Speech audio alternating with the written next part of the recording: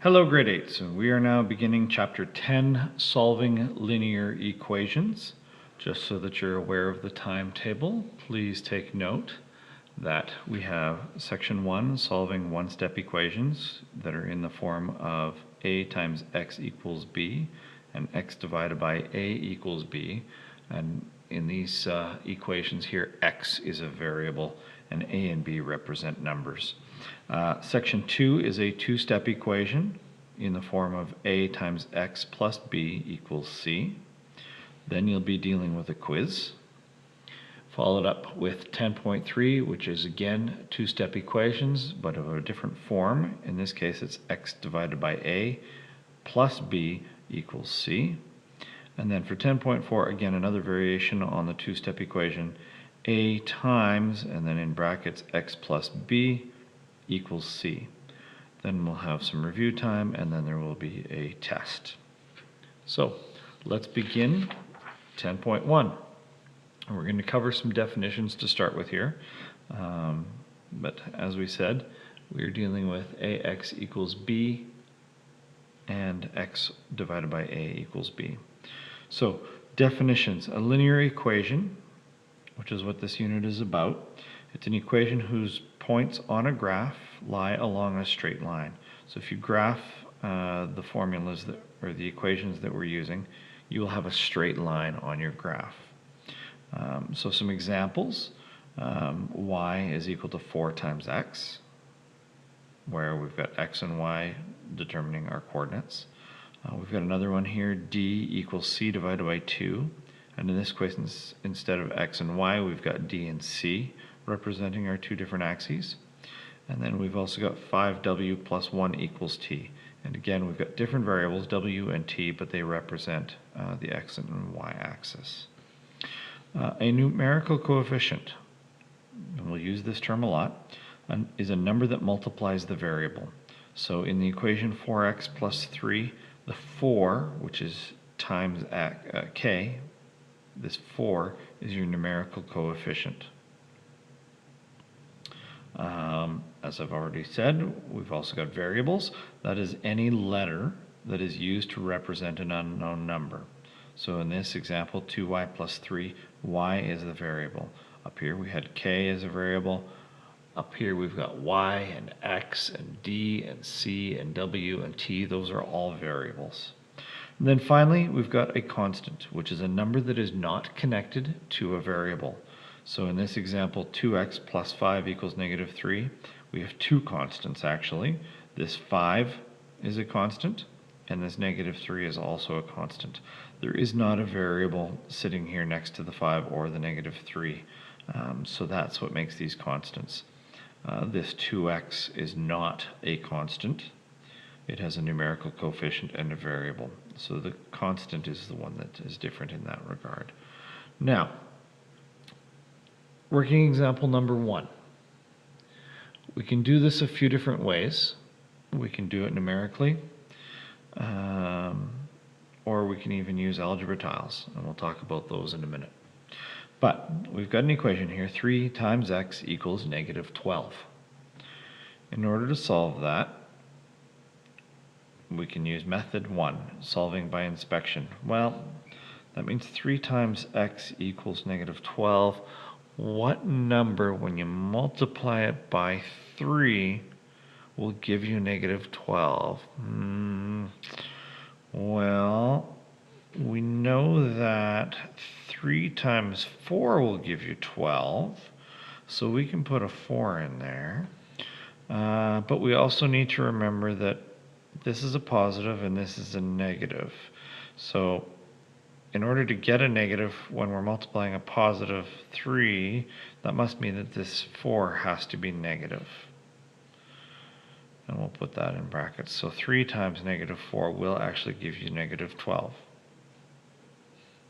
So the answer to this question, 3 times x equals negative 12, is just that, negative 4.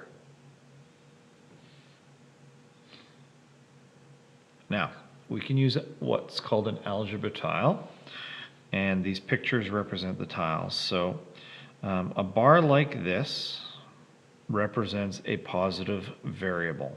It's filled in, it's dark. This is going to be what we call positive variables.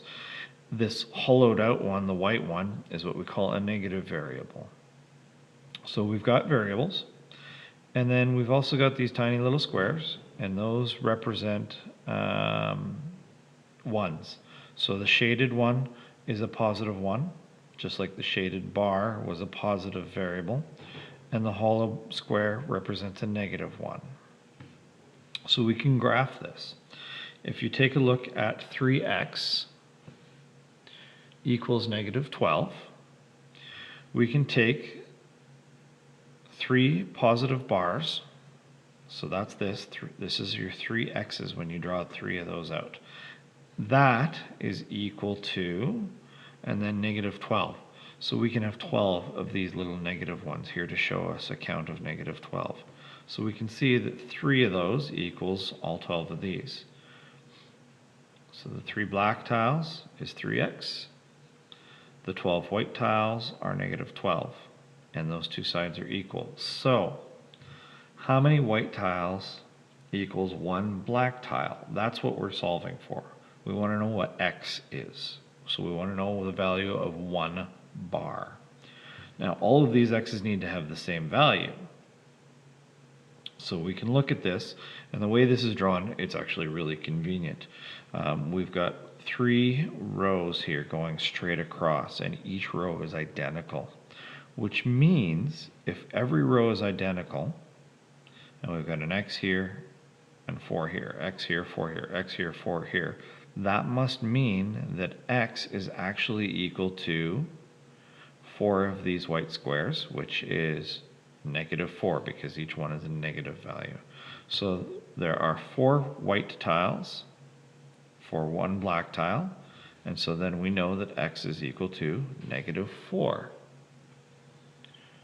So depending on how you lay out the tiles when you draw them, or if you physically are playing with algebra tiles, depending on how you lay it out, you may or may not see your answer right away. In this case, create a row for each of your x's and then distribute your negative ones evenly into those 3 rows, and you'll see it right away that x equals 1, 2, 3, negative 4. So we've got another example here. R divided by negative 2 equals negative 7. So let's figure this out by inspection. What number divided by negative 2 equals negative 7?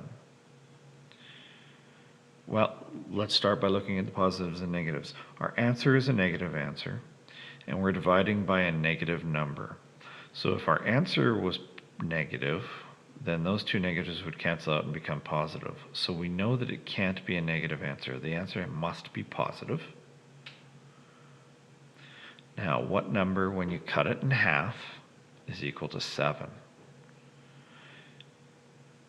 You just need to go back to your times tables at this point to know that if you divide 14 in half, you'll get 7. So we've already said it was positive, so we know that 14 divided by negative 2 will give you negative 7. So in this case, and that's actually an R, equals 14. Now we can do a check too, right? We can take the left side of our equation, the R divided by negative 2, and our right side equals negative 7. And we can substitute our answer, our 14, back in wherever there was an R.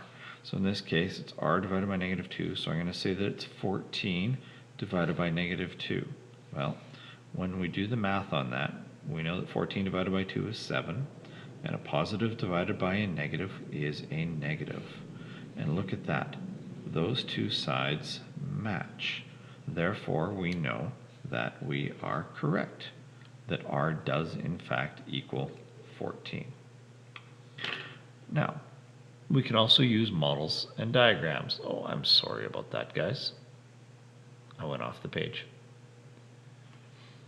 So R divided by 2 becomes 14 over negative 2, which we know is negative 7, which is what the right side is.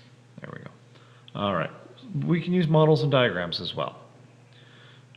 One whole circle is going to equal negative r. If you cut the circle into two parts, like we've done here, and then shade half of it, you will get the equivalent of r divided by 2.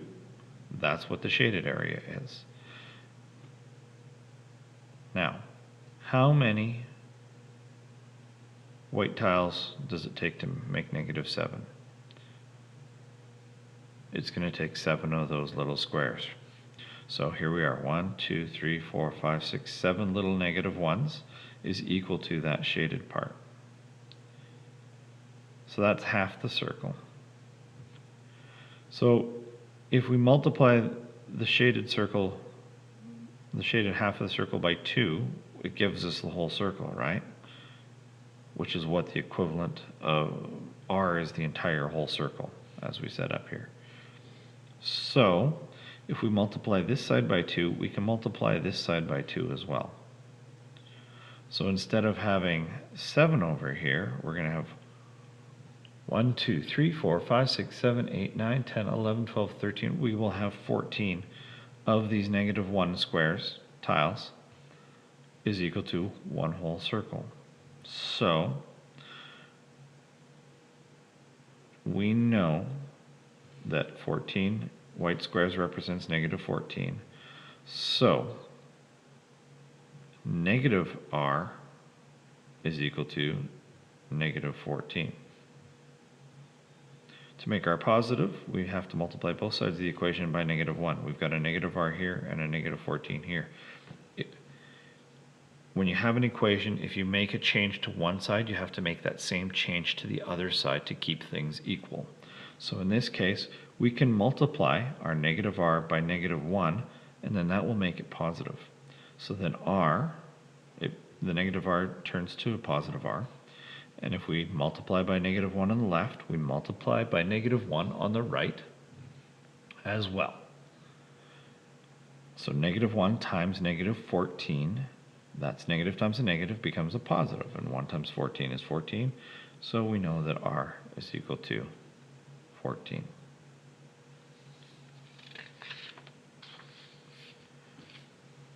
Now, we have a show you know. There's two parts here. Negative 3t equals negative 36. And then for part B, n divided by 3 equals negative 7. Please go ahead and do that now.